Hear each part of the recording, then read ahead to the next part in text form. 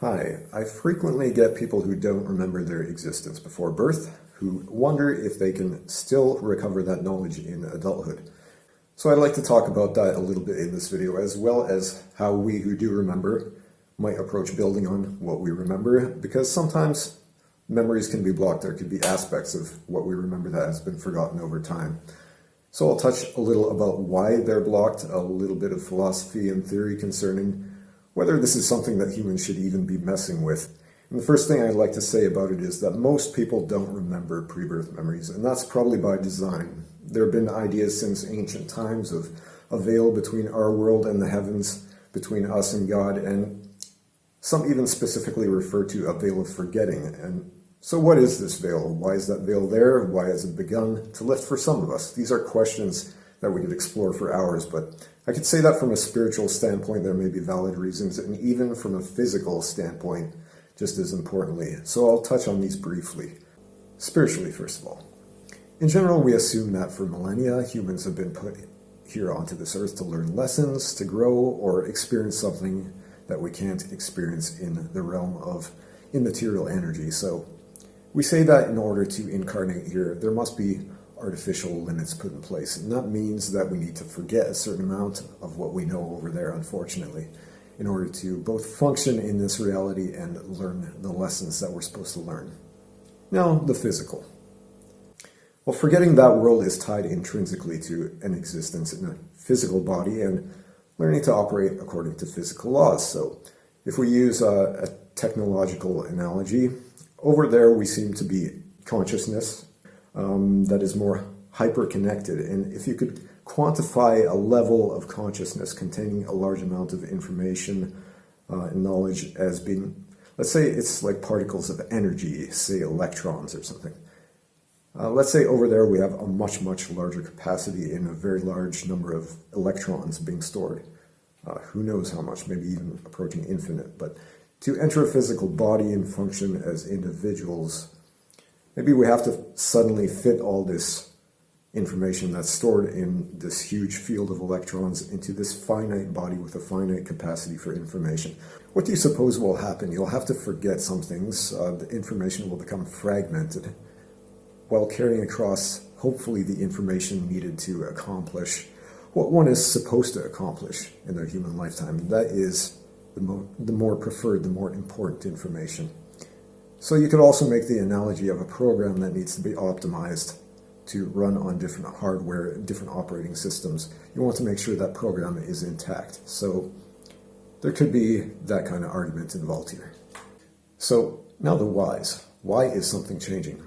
I mean, clearly going back through history, there have been references to people remembering or getting access to knowledge about the heavens, past lives, or the between life period. You have biblical stories, you have the myth of air, you have other myths, but it would appear to be happening more now, or we're simply developing our awareness about it, or maybe both. You know, we have the internet, we have more anonymity to discuss these things, we have groups, we just have more access to more people, so that can be involved.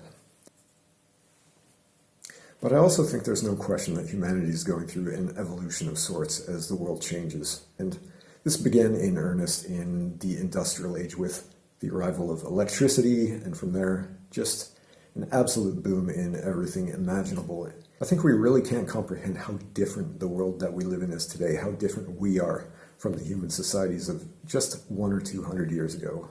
And yet, of course, in many ways, we're still the same. But to the point, more demands are being placed on us in a very short amount of time, which have caused psychological and physical stress and conditions that either didn't even exist before or they weren't very prevalent. So the emergence of our memories and other forms of supernatural revelation, I believe, are natural consequences or an intentional and needed response to that change. Now, there's been a worry among those of us with these memories at times that we're doing something that we're not supposed to do by remembering, almost like it's forbidden. But the thing is, I believe that having these memories is helping. And for me, it happened when I was a kid, when I was very alone, at a time where I endured a lot of trauma. Not so much physical abuse, but emotional bullying in school and whatnot. And These memories were there just when I needed them, just when I was beginning to lose all hope. Heaven spoke to me, and I finally felt that somebody loved me. So these transformative experiences of pre-birth and near-death experiences are coming to people more and more, and I believe it's for that very reason that we are in very difficult times for humans to live in. And the pre-birth memory phenomenon seems to affect children more, while near-death experiences offer hope to adults more. But to me, that it's all happening and being explored more indicates that it's by design to help us. On the other side of the veil, I think that they're planning, allowing us to remember. They're aware up there that these are dark times, divided times, confusing for anyone wanting to know the truth. There's so much information accessible to us now through the media, through television, the internet, radio, all these different mediums. We have more access to more information than at any other point in history. So we have a lot more to sift through, and I think that the spirit realm, the angels or guides or God, they want those of us who genuinely want to maintain a connection with them. They want to help us out a little bit. So yeah, there's more and more that we're dealing with in this realm, and I personally believe that this thinning of the veil helps to balance this. We remember who we are and where we came from. We receive assurance. We receive inspiration. We grow, even in circumstances that would normally prevent growth and keep people stuck in survival mode. That's what I believe having my memories has helped facilitate. People desire a more personal knowledge than we've had access to as our world changes, as it globalizes and becomes more impersonal, where we can remain closely connected to something, feel a personal truth, feel a personal love. It isn't passed down to us through a hierarchy or pre-approved in some anonymous boardroom or council chamber. It's a one-on-one direct experience. So people desire personal, transformative experiences of all kinds, really, and they're seeking them out more and more, whether they be memories or near-death experiences or exploring dreams and other techniques. These are natural desires because we all desire love. We desire connection with God. But I do think that one should also examine the reasons for wanting to reach out for heavenly knowledge, because it's true too that we could be selfish about it. Once you get a taste of it, maybe you want more and more and more. So it's worth remembering also that maybe we're given what we need when we need it, and maybe we don't have to dig so hard all the time. That's what they call faith and wisdom. So in using the information that I'm going to talk about here, that's something that I'll let you consider for yourself. I'm going to operate under some assumptions or experimental ideas about what can help all of us remember more. This is going to assume that the memory is latent in all of us, first of all, or accessible based on practicing something anybody could do. For example, attuning brain waves in a way where we can better access different realms or the collective. I think these are all fundamental abilities that everybody has. Anybody with a brain, anybody with a spirit, anybody with a heart. We all have kind of the same faculties. So, we'll talk now about memories. How memories in general, how memories are triggered, and then work into how pre-birth memories specifically might relate and differ, as well as the specific techniques for that. It's very easy to forget things, and sometimes just as easy to remember spontaneously. We can use all kinds of different tricks to remember complicated names, words, numbers, or even random sequences, and we do this by creating associations. When I was in elementary school, they taught us how to remember the lines on sheet music, treble clef, E, G, B, D, F, by remembering the phrase, "Every good boy deserves fudge." Later, when I decided that I wanted to learn guitar, I adapted that technique because it worked. So I made up my own method for remembering the order of the strings of a guitar, E, A, D, G, B, E. So I said, "Every awesome dude gets babes easily." I was a teenager at the time, so cut me some slack on that one. But we can have intentional triggers and unintentional ones, and all these really are our associations. So what do I mean by unintentional? Well, memories don't always pop up when you expect them to, do they? Things usually subconsciously remind you, and then you find yourself suddenly humming a song that you knew all the lyrics to when you were 10 or 15 years old. It just happens out of the blue. And, we don't always know what did it. But what we remember is often associated with the state of consciousness that we were in, and it becomes easier to remember when we re-enter that state. So you remember dreams more easily when you lay down to rest. You remember bad events when you're in a heightened state of fight or flight, and good memories when you're happy and calm. We can use this to our advantage.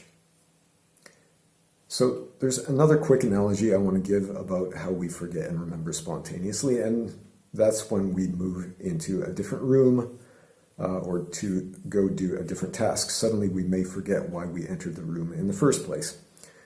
I believe that this is also at least partly due to changes in brain waves. I'm going to talk a lot about brain waves here. We were likely doing a very different type of activity just before entering the room. We may have even been engaged in different kind of thoughts, and those different thought types are associated with different brainwave ranges. So I've laid some groundwork at least, and I can now talk about recovering pre-birth memories specifically, and I'm going to talk a little more about brainwaves during that. But if you want to know if you can access pre-birth memories, then these things that I'm about to lay out here are the avenues that I'd suggest pursuing. You can use any or all of these in tandem. Number one, triggering them with visual environmental triggers. That's how I remembered as a kid. Not intentionally, of course, but I just saw things that reminded me of my memory and it awakened. So there were these associations like I just talked about. Number two, using meditation and other means of altering your brain waves to tune your consciousness. Number three, dream work. That means practicing dream recall, dream journaling, and then being ready when the time comes when you feel you have dreamed something important and relevant to the spirit world, an encounter with a guide, a past life, or other clues. Finally, number four, regression techniques. One could either see a regressionist, a professional, or learn about these techniques with somebody that you trust and practice them. Have them take you on a guided journey and maybe design it together to help you explore fragments of memory that you have but can't explain. This could technically fall into the category of meditation also. So we have a few different ways to use meditation, and brainwave work doesn't necessarily need to be meditation based. So really we have several different distinct ideas to work with here, and maybe 5 or more. I'm going to actually start by talking about brainwaves, since I think that's such a key to the rest of it, and it's a key in why children remember more than adults, especially between the ages of 3 and 6, but this can be variable, and there are differences between every person. Every kid has their brainwaves change at different times. Each child is special in their own way. There are kids nowadays who are often diagnosed with different types of differences in the way they process information. We have autism spectrum and Asperger's, for example, and children with these, their brainwaves often develop differently to other children. This is documented, and you can read studies on this. So that rabbit hole goes deep. But when I speak of brainwaves, I'm speaking of ranges like theta, delta, and alpha, from the deep dreaming states to the meditative and relaxed states where we absorb information very easily, up to the brainwaves where the beta, where the mind is more active and engaged in logical thought, anxious thought, problem solving, and then up to gamma, where emotions are very, very engaged. Oddly enough, this could either be high agitation or it could be deep states of bliss like the Buddhist monks achieve. So it's really any heightened state of emotion. Now, it's some of the lower and some of the higher, perhaps theta and delta, and then up in the gamma, which I suspect play the largest role in remembering. Myself and many others I've spoken to with memories, the events where they were told they were going to Earth were deeply emotional, filled with either agitation or excitement or bliss. So I suspect there's a lot of gamma involved. There's actually an interesting correlation, I think. When people speak about raising our vibrations as a desirable thing, it may be that in the spirit world, this very energetic realm does operate on a higher frequency. Higher frequencies oscillate faster, more information is carried in them. That's why Wi-Fi is 2.4 gigahertz. It's a higher range than what we would use for radio. So maybe, well, gamma brainwaves are the highest frequency brainwaves we have. So this may help explain why we experience what we do with near-death experiences, shamanic journeys, worship, and other techniques. They've done actually some studies, and they show that there is often heightened gamma involved in these different things. But it's actually a very difficult state for the average adult person to get into often during their lifetime, and frankly, it's exhausting sometimes. I would say it's probably more common for a child to have their gamma brainwaves engaged a lot. A very emotional child or one who's endured a trauma, they might have a higher chance of having conscious pre-birth memories. The same might be true of an adult who's undergone a traumatic experience, but here, if we're trying to intentionally achieve heightened emotion, obviously we don't want to aim for trauma, but blissful states. So we can try to develop meditations and other techniques that can bring us there. And chanting meditations are great for this, and ones that incorporate things like shaman drums. Focus on joy while you do this. I believe that this is the kind of meditation that people do even in church without knowing that it's meditation. They engage in praise and worship and speaking in tongues. This is why it feels good and why they feel connected to God. And I mean, sure, they probably are connecting to God, but I think that could play a role in it. And then I think we could combine that with something else. Maybe we want to combine it with a relaxed contemplative state. So once you've connected to that bliss, you might want to go down into the alpha, calm down, allow the imagination to open up, drift, explore, maybe go into a visualizing mode, maybe go down further into the theta. We could let our dreams speak to us. And we might also want to, in these more relaxed meditative modes, try and bring in some of these visual triggers if we can. So, triggers. Not everyone who has pre-birth memories remembers the same things, first of all, but many remember seeing the earth, seeing guides. The problem with being an adult nowadays is that we've seen so many things already. We've all seen spiritual images of sparkly energy beings in films or on the internet. We've seen our planet thousands of times in depictions of alien planets and aliens. What we don't want to do is force the imagery. So how do you know what's real? What's a real memory versus one that's been planted? For me, I knew very clearly when I first reconnected with my memory as a child. It was much more like reliving it than anything else. It was as clear as I feel now, like a waking vision.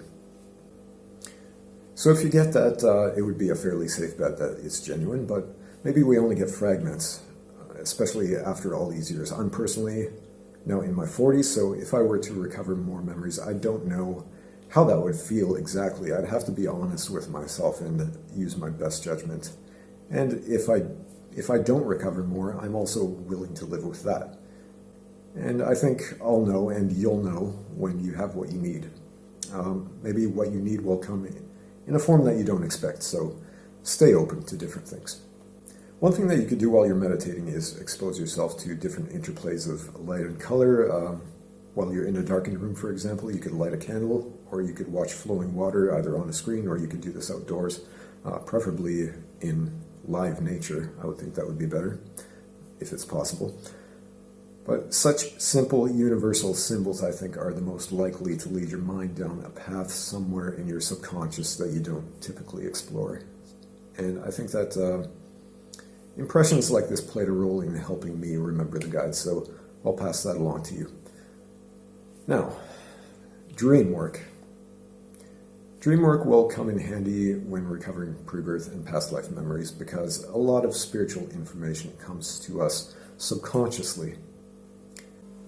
Now the thing is that we tend to forget dreams very easily when we awaken from sleep unless we woke up in just the right way at just the right time in our sleep cycle. And if the dream was also very intense and memorable emotionally, we're more likely to remember it. So here are some habits that can help us remember our dreams and the important spiritual information that we're trying to recover. First, just focusing on wanting to remember will help big time. Putting a notepad by your bed helps.